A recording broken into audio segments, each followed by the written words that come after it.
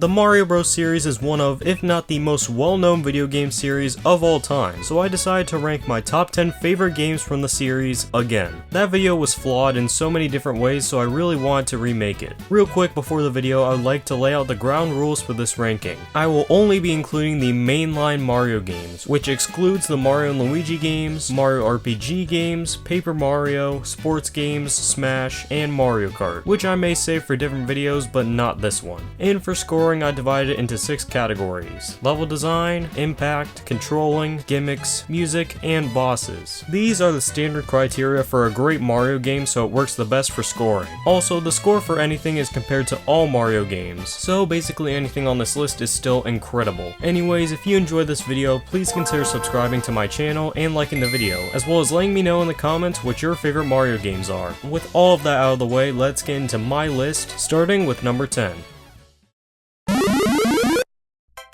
New Super Mario Bros. Released in 2006 for the DS is one of the best-selling games on this list and brought Mario back to the classic 2D setting. It's like if you took the enemies of all the games leading up to it and combined it with some nostalgic 2D Mario magic and put them on a Nintendo DS. This meant that you could play a pretty darn good version of Mario wherever and whenever you wanted to. Anyways, this game scores a 7 flat out of 10 on my Mario scale. I had to include it on my list because it actually introduced me to the Mario series. It also allows you to play as Luigi, like, come on. I also find the plot pretty interesting in this game, as Bowser Jr. literally does all the dirty work and relentlessly gives Mario a hard time, carrying the team for Bowser, and everyone else just fails him.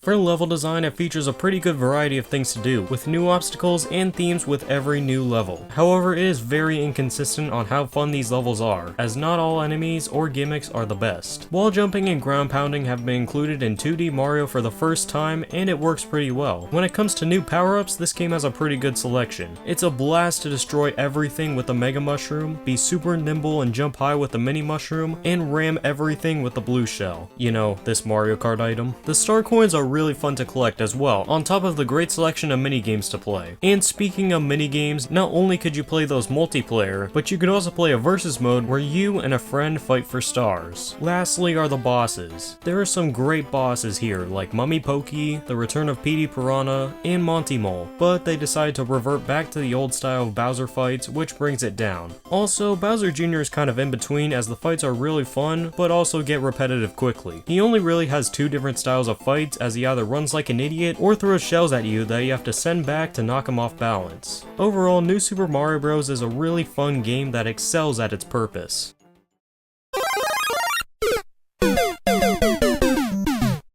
Super Mario Bros. On the NES started off Mario's platforming series that we all know and love today, and served as the foundation for everything that came later in time. Overall, it's a solid 7 out of 10, but slightly better than the previous entry to this list. The idea was simple: collect coins, avoid enemies, and use power-ups to your advantage to reach the flagpole and rescue the princess from the evil Koopa King. For impact, I couldn't give the game any other than a 10 out of 10. It started the series. It's the best selling game on this list. Like, what else could you possibly need? On the music side of things though, 8 out of 10. Now for boss battles, there's only one boss, which I bet you can guess on who that is. But you do the same thing 8 times with only slight changes each time. Super Mario Bros. Was a great game to kick off the series, and we wouldn't have all these fun games to play without it. Now we take a slight detour from the list to discuss the honorable mention that deservingly goes to the Mario Maker series, specifically Super Mario Maker 2. Since this game is a borderline spin-off and I wanted to include New Super Mario Bros., I decided to put it here as an honorable mention. It was a dream to be able to make your own Mario levels, and Nintendo turned this dream into reality with a Mario Stage Builder game. As someone who has a love for customizing things, I can really appreciate this, and I had a lot of fun playing it. There are 5 templates that you can choose from to build levels: Super Mario Bros., Super Mario Bros. 3, Super Mario World, New Super Mario Bros. U, and even Super Mario 3D World, with a variety of obstacles, power-ups, and enemies from the games themselves. You can even change the theme of your level, as well as adding clear conditions and other features. This all comes with the ability to make your own worlds, and you can also post your levels online for others to play. There is even a story mode where you have to beat levels that Nintendo themselves made using the same parts that you can use. It's a great game with a great idea. Super Mario 3D World, originally released for the Wii U, is a hybrid between a 3D Mario game and a new Super Mario Bros. Style game. Like I said, this game released on the Wii U, which means that it sold pretty poorly. In fact, I didn't know that much about it until the Switch port came out. Bowser captures all the Sprixies, which leaves Mario and friends to sit off and rescue them. At the end of the game, he uses a cat bell to create this really cool platforming final level. Anyways, this game allows for up to 4 players to play at once, which is a pretty big deal. You have the ability to play as Mario, Luigi, Toad, Peach, and even Rosalina in the post-game. Also, the power-ups are pretty decent. The cat suit allows you to climb walls and scratch enemies, the double cherry duplicates you, and the boxes are pretty fun to use as well. The green stars act like the star coins did, which is of course a plus, with the added bonus of stamps to collect along your journey. As far as the levels go, it's pretty similar to New Super Mario Bros., which is pretty good for what it's going for, and like I said, offers some variety with each level. I find the bosses pretty hit or miss in this game though. Some are great and others are not. Along with 3D World came Bowser's Fury in the Switch port of the game. The goal of Bowser's Fury is not to save Peach, but to save Bowser. I know, plot twist of the century. You go around collecting cat shines from each island and occasionally fight these epic brawls with Fury Bowser. Overall, 3D World and Bowser's Fury combine to be really fun games that are a great experience for all players. Super Mario Sunshine, released for the Gamecube in 2002, is a very different take on a Mario game, but it still applies the usual platforming challenge. This is one of the primary reasons that I wanted to remake this list, because Sunshine I barely scraped the top 10 last time, and I go on about how the game is not for me. Then I sit down, tough out through the levels I got stuck on, and play through the whole game. Super Mario Sunshine takes some getting used to, but when you give it a chance, it turns out to be a really fun video game, and I will give it a 7.5 out of 10 on the Mario scale. Personally, this was super close between Sunshine and 3D World, and it could go either way, but I decided to give it to Sunshine here, as you can see. The plot of Sunshine is really interesting. Mario gets thrown in jail the second he arrives to Isle Delfino for vacation. This is because of Bowser Jr.'s antics by framing Mario so he could steal Peach. Also, there's voiced cutscenes in this game, which is just hilarious to me. Mario! How dare you disturb my family vacation? Sunshine was smushed between 2 legendary Mario games, so it never got too much credit for anything, but we can all see around the series how many Mario Sunshine themed levels and references there are in different games. Most of the levels in this game are really fun, but others are so infuriatingly difficult. I'm looking at you, secret levels. For controlling, Sunshine doesn't score so well. Again, it takes a lot of getting used to, plus not having a long jump can really hurt sometimes. On the other hand, the soundtrack is really enjoyable in this one, even if it's nothing compared to the later games on this list. Now for gimmicks, I'll give Flood an 8 out of 10. It's satisfying to power wash everything, and you can use it as a jetpack. When it comes to bosses, you have classics like Petey Piranha, Mecha Bowser, and even Bowser in the bathtub. And then there are some really obscure ones, like spraying water to clean an eel's teeth underwater, because that makes sense, or pulling arms off a Gooper Blooper. And we even have some good old nightmare fuel for 2000s kids that you defeat with sandcastles. At the end of the day, Super Mario Sunshine is a really underrated game that I would recommend trying out for yourself. Super Mario Bros. 3, released in 1990 for North America on the NES, was the real sequel to Super Mario Bros. And really upgraded the series. This game was a pretty big deal at the time, and took the Mario formula a step further. It gets an 8 out of 10 overall on the list. You have to save Peach from Bowser, no surprise, but there are also 7 kings to save as well. The level design is fantastic, earning a 9 out of 10 for a consistently good selection of levels that improve upon the first game. I also like how the controls for the game are pretty good with not that many problems. For music, the overworld, airship, and others are really great themes of course, but because there were limitations, it drops a little bit. The power-ups like the Super Leaf, Frog Suit, and Hammer Suit are really fun, plus the world map is a great feature. But overall, it didn't introduce a game-defining feature, and for bosses, it's another 7 out of 10. This game introduced the Koopalings and Boom Boom to the series, which are pretty okay bosses. No strong feelings about them. Meanwhile, the Bowser fight is pretty cool. You avoid fireballs and try to lure Bowser into crashing onto the floor, and eventually defeating him when he falls through. I'm sure Super Mario Bros. 3 is one of the top picks for a lot of y'all, but I prefer the 3D games more, so this game is unfortunately a bit lower.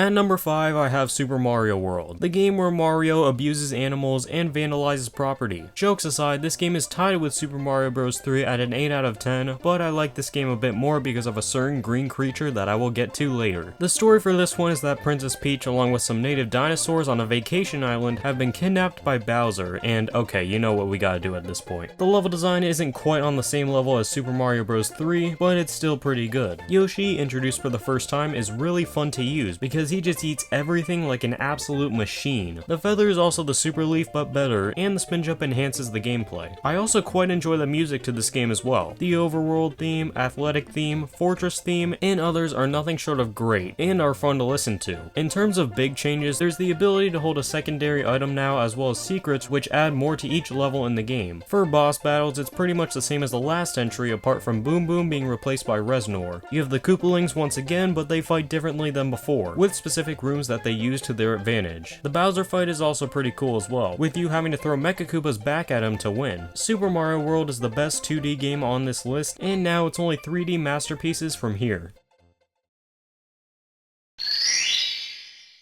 As much as it pains me to do, the number 4 spot belongs to Super Mario 64, one of the most legendary video games of all time and the literal childhood of those who got to play it as a kid. Unfortunately, I just can't put Mario 64 over any of the games that you will see later on this list, so let's go over it right now. Bowser kidnaps Peach, nothing new, and scatters all of the power stars throughout the paintings in Peach's castle, the first hub world of Mario. This game took the Mario series and made the jump to 3D with a more open world style of levels. This changes the formula from a point A to B concept into a complete the task sort of idea. In terms of power-ups, this game has some pretty cool ones, and for some reason none of them have made a return. You have Metal Mario, the Invisible Cap, and the Wing Cap. They are pretty self-explanatory, so let's move on to bosses. This game contains a pretty good bunch of bosses like King Babam, Womp King, and King Boo to name a few. That's a lot of kings now that I think about it. The Bowser fights are also classic. You grab him by the tail, swing him around, and so long gay Bowser. If I had to nitpick on what I don't like about this game, I would have to say the camera for sure. The camera is abysmal and can make the game pretty frustrating at times, but other than that, this game does all the rest pretty well.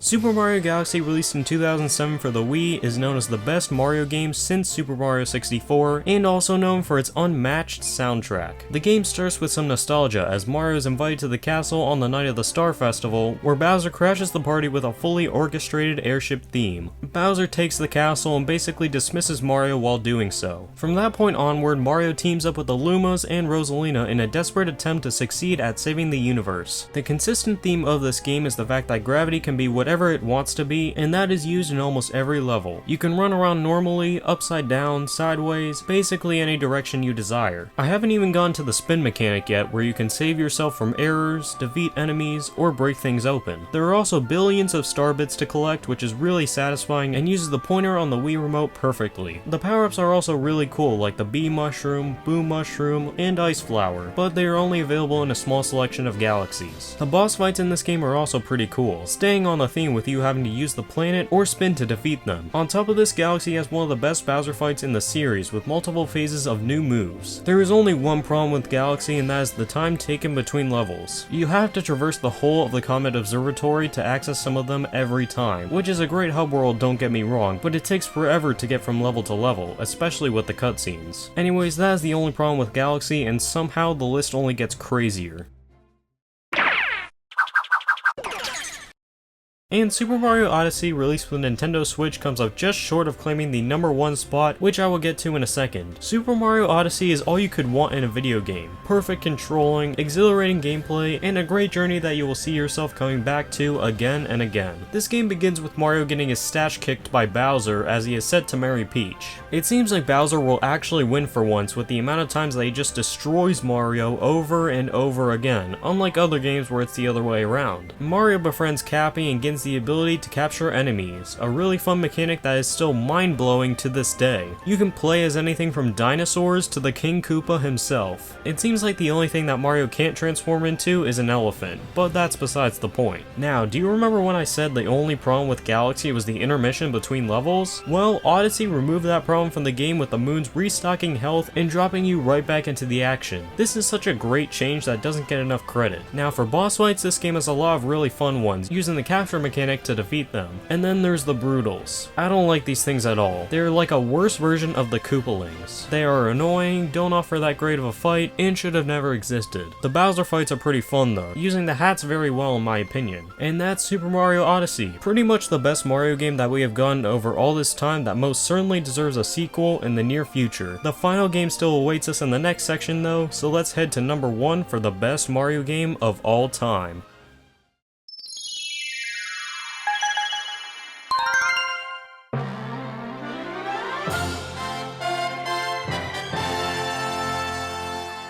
Super Mario Galaxy 2, released for the Wii in 2010, is in my opinion the best Mario game of all time, and maybe even my favorite video game ever. It is a much more fun version of Super Mario Galaxy with better power-ups, somehow better music, and just better everything. They even added Yoshi to the mix and made the power-ups more available throughout all the galaxies. People argue that the old hub world is miles better than Starship Mario, but if I'm being honest, it's not by much. Starship Mario is a charming little ship that still gives you a lot to do. There are also comet medals to collect from each galaxy, which unlock prankster comets. I didn't really talk about them in Galaxy since they weren't such a big deal, but that changes with this game. It gives you a harder version of each galaxy with an added challenge. These are brutally hard and can take a lot of tries. Moving on, something that this game, Odyssey, and Sunshine get critiqued for is that there's way too much post-game content, which I don't understand. If the game is really fun, then I would want it to last for basically forever. Anyways, you will probably think that Mario Galaxy 2 ends with Bowser, but oh man would you be wrong. But once you complete the special world, then you are done, right? Nope.